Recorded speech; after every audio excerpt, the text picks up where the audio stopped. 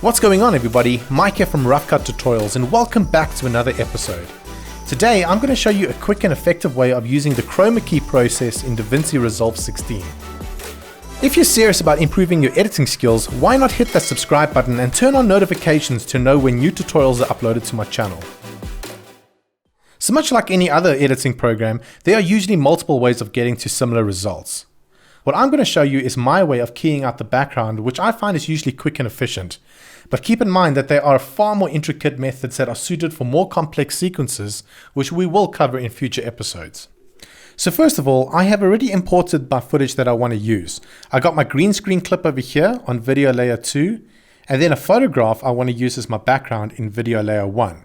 Now I'm using a photograph, but the process is exactly the same if you would prefer to have a video as your background.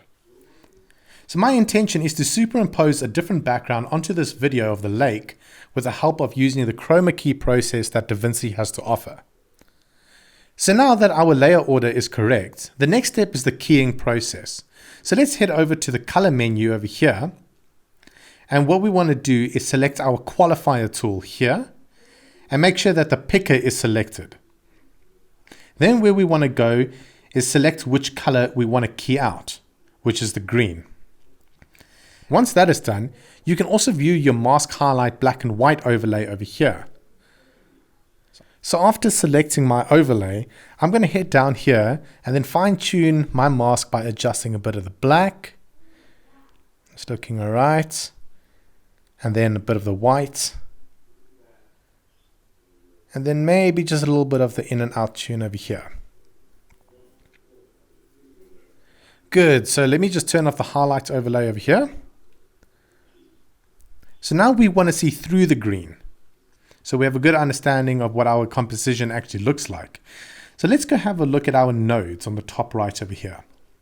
So what we're going to do is right click in the gray area over here and then go down and hit add alpha output. Once that's done, you can view your alpha output over here. So what we're going to do is connect your node with the output like that. Okay, so in our composition window, it has actually done something, but clearly it's the inverse of what we are looking for. So let's go invert the mask by hitting the invert button, which you can find down here. Now it looks pretty much like what we want it to be. But on my side, I can see a slight little green halo over here.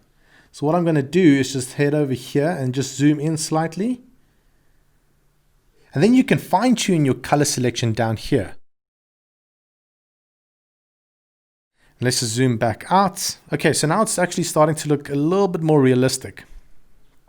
Now, because I used the photograph as my background, the aspect ratio and the pixel size are different to the green screen sized image. So what I'll do is just quickly go over to the edit menu, then head over to my transform options over here, which can be found in the inspector window. And then just make sure we are working on the right layer. And then we can just zoom that background layer up a little bit and then position it to where we want it to be.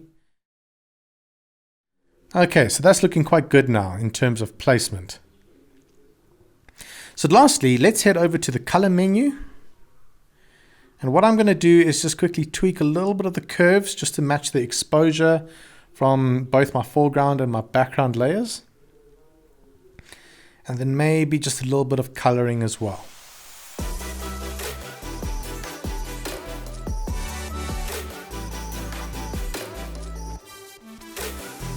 And there you have it. Thank you very much for watching, and tune in next time for another exciting tutorial. If you have any suggestions or what you would like me to cover in a future episode, be sure to drop it in the comments below.